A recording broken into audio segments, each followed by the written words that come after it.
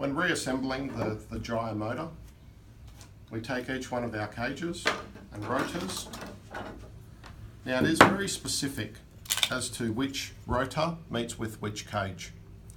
If you look at the direction of the blades and have the blade facing away, they will align with the flat section of the rotor cage to have maximum performance. If we rotate the cage around, you'll see that there is a slit, a line, which would indicate that that is the opposite side. We're looking for the smooth side. With the new rotors, they are actually identified with a key marker, this one being the B rotor, and this one being the B cage. So the identification markers will now illustrate which one goes with which. With the first models, the rotors were not marked, so you would not know which one aligned with which. Next, we've got the driver bush. The driver bush sits inside the rotor with a rubber grommet. These parts are easily replaced, and the gyre is complete with the spare kit of these parts. These are the new updated grommets and driver bushes that have got the flat section. Looks a bit like a flathead screwdriver. These parts retail for $6 per side. So we reinsert the rubber grommet, we put the driver bush back inside. On the driver bush, there's an indication marker with a little triangle on the top here with a point. That needs to align with the flat section of the shaft. The flat section is now on the top.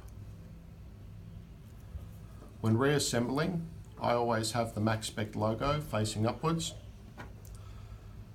The rotor that I would use is the A side, the A rotor with the blades facing away from me, and align that point with the impeller shaft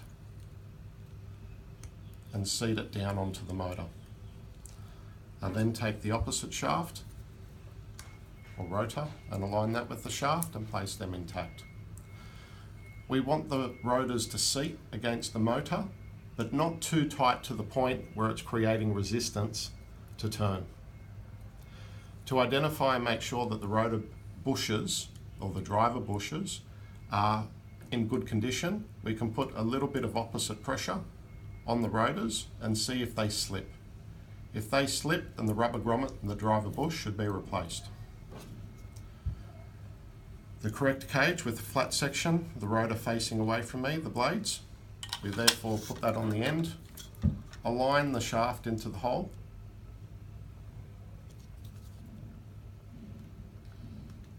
just like so, and give it a little twist to seat it into position.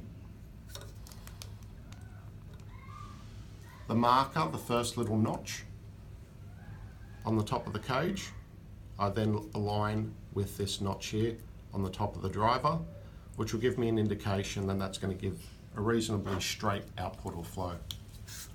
We'll then do the same with the opposite side. A little twist into position. Now if that pushes the driver bush out from the end, just realign the driver bush, the bearing, and put that back into position. Rotate